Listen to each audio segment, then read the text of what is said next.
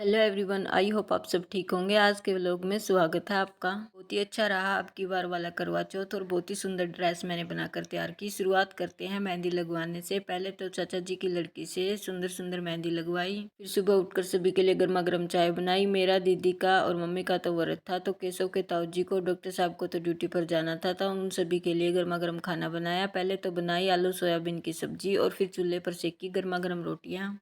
जब खाना खाने का टाइम हुआ तो केशव बोला, मैं भी मम्मी मैं भी व्रत रखूंगा। मैंने कहा नहीं, बच्चे नहीं रखते, इसको सिर्फ लेडीजें रखती है। तो फिर इसने कहा मम्मी जल्दी से खाना डाल दो। तो खीरे वगैरह कट करके मैंने केशव को, डॉक्टर साहब को खाना डाल कर दिया।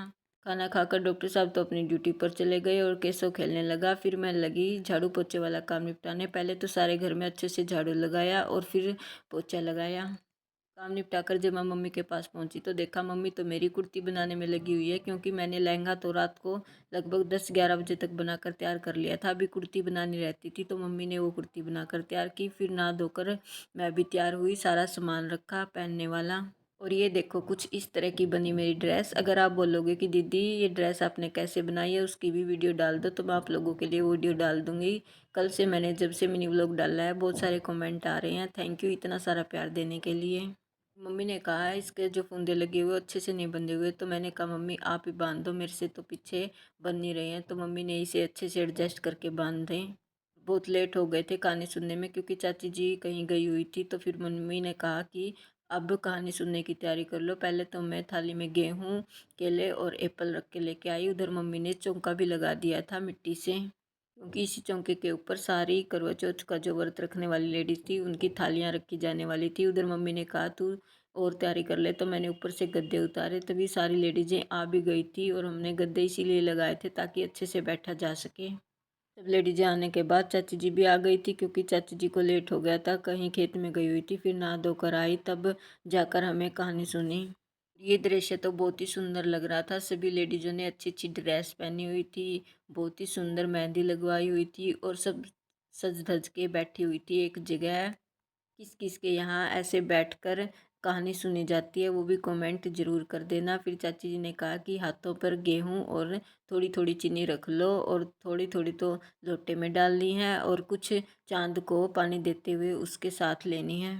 चाची जी जैसा कहती गई हम वैसा ही करते गए। फिर चाची जी ने सारे लोटों के ऊपर साथ साथ सिंदूर के तिलक लगवाए।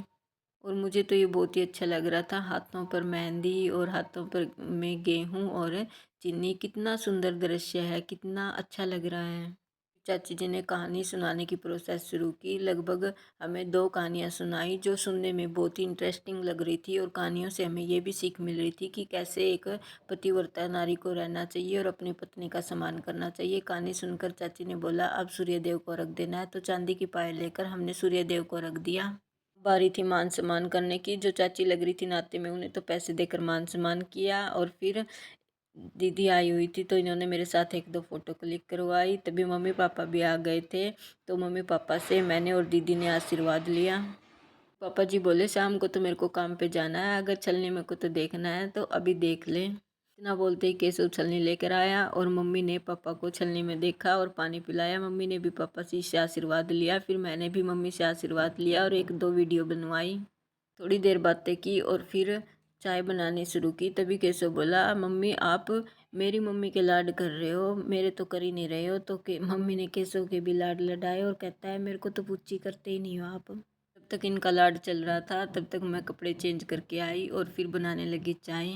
ये सूट भी मैंने अभी करवा चौथ के अवसर के लिए ही बनवाया था ताकि दिन में पहना जा सके। और फिर खाना बनाने की तैयारी की। खाने में आज बनानी थी केशव की पसंदीदा खीर और पूरी। इनको तो बस सारा दिन खीर और पूरी अच्छी लगती है। फिर डॉक्टर साहब को तो खीर के पास बिठाया ताकि ये उबाल दिलवा दें, और मैंने पूरियों का आटा लगवाया। साथ ही मैंने तेल को उबलना रख लिया था गैस पर ही, ताकि खाना बनाने में लेट ना हो। बाहर खीर बन रही थी और जब खीर बनकर तैयार हो गई तो इसे तो उतार दिया और अब चूल्हे पर तेल वाली कढ़ाई रखी और पूरियाँ बनाने की प्रोसेस की शुरू।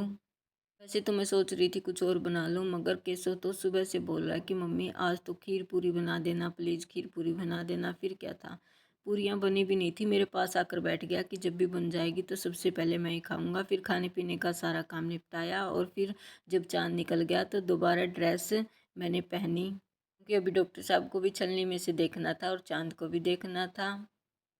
तब चाँद भी निकल गया था और डॉक्टर साहब को नीचे से छत पर बुलाया और पहले उनकी आरती उतारी और फिर छलनी में को देखा। फिर चाँद को भी छलनी में से देखकर ऐसा बहुत ही सुंदर लग रहा था देखने में भी। और एक लेडीज़ के लिए तो ये बहुत सौभाग्य की बात होती है कि वो अपनी पत्नी और अपने पति को छलनी में को देखे। और मुझे भी ये बहुत ही अच्छा दृश्य लग रहा था। फिर डॉक्टर साहब ने मुझे पानी पिलाया और फिर मैंने भी डॉक्टर साहब से बहुत सारा आशीर्वाद लिया। ऐसा रहा हमारा करवा चौथ का व्रत। आप लोगों का कैसा रहा कमेंट करके ज़रूर बताना और मिलते हैं अगले व्लॉग में। तब तक के लिए बाय।